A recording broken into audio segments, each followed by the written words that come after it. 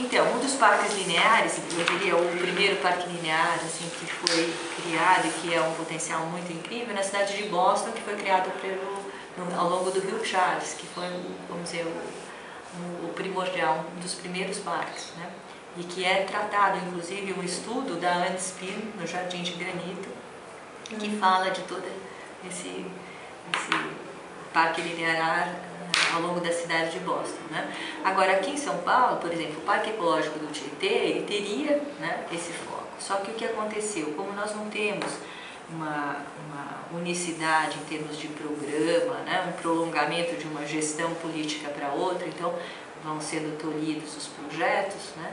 Então agora nesses últimos tempos foi o que? Foi asfaltada toda a borda, né, toda a parte frágil ao longo do rio Tietê, por exemplo.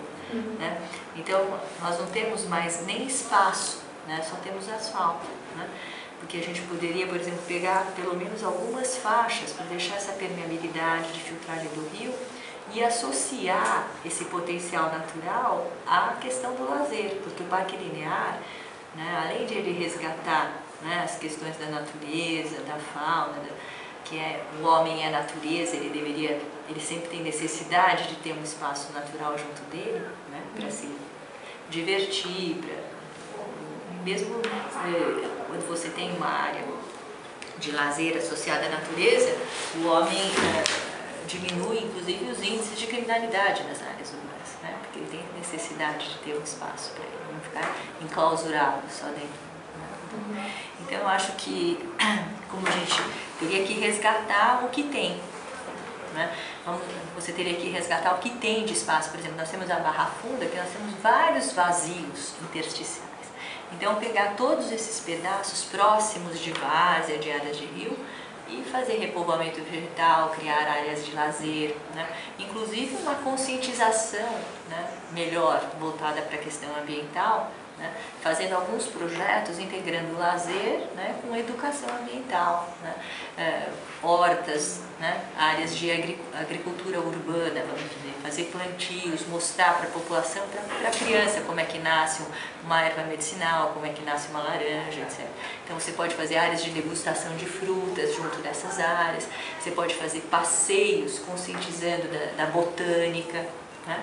Então criar um jardim botânico ao longo dessas áreas, por exemplo, integrando a conscientização e a educação ambiental com esse espaço de parque linear. E por ser uma longa linha ao longo da cidade, e acompanhando, por exemplo, se fosse o curso dado, né, dá uma continuidade de percurso. Né? Porque o que é o importante? Você ter áreas para você passear e se conscientizar do espaço que você mora. Quando você mora numa cidade e que você gosta da cidade que você mora, quando você tem consciência dos espaços que te rodeiam, você cria uma ligação com aquilo e você protege. Né? Então, se você criar uma área, preservar uma área, né, as pessoas vão adquirindo o link e elas mesmas vão tomar conta daquele espaço. Entendeu? Então, por exemplo, vou dar um exemplo agora que não seja ao longo de rio. Vamos supor que você crie um parque linear ao longo de uma grande avenida, então você vai resgatar o pedestre ao longo daquela avenida, entendeu?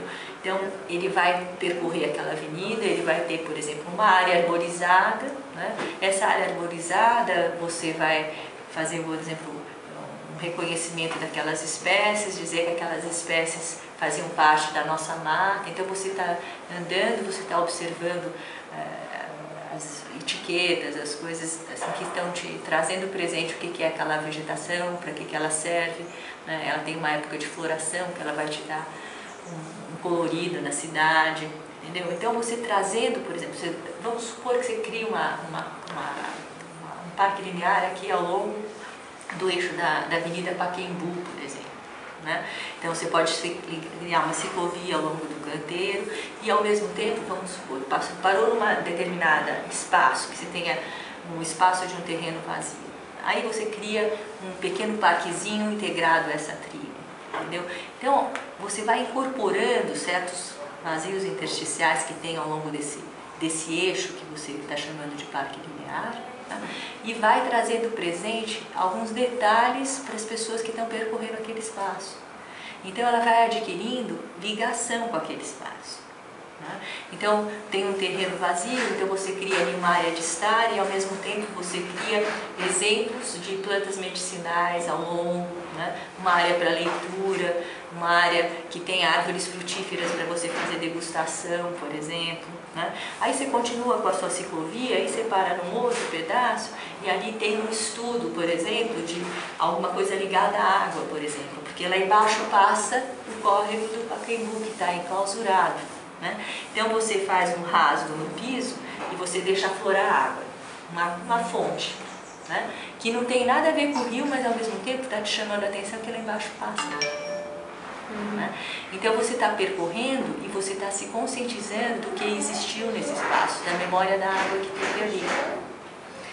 De repente você tem uma torre, aí você faz um mirante naquela torre e você vai olhar todo aquele bairro, as copas, porque o Pacaembu é um dos poucos bairros que foi feito um projeto pelo Barry Parker, um arquiteto inglês que veio através de uma arquitetura canadense, e todas as ruas, elas têm uma inclinação que você pode percorrer o bairro a pé, porque elas acompanham as curvas de nível. E na realidade, todas aquelas habitações elas davam uma frente para o fundo do vale, que era o córrego do Pacaembu.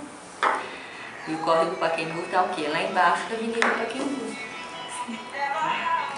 Então, acho que essa questão da linearidade é exatamente isso, você incorporar esse percurso ao longo de algum eixo, coisa assim, e que traga presente a memória, a cultura e a questão ambiental para o usuário do espaço. Tá bom?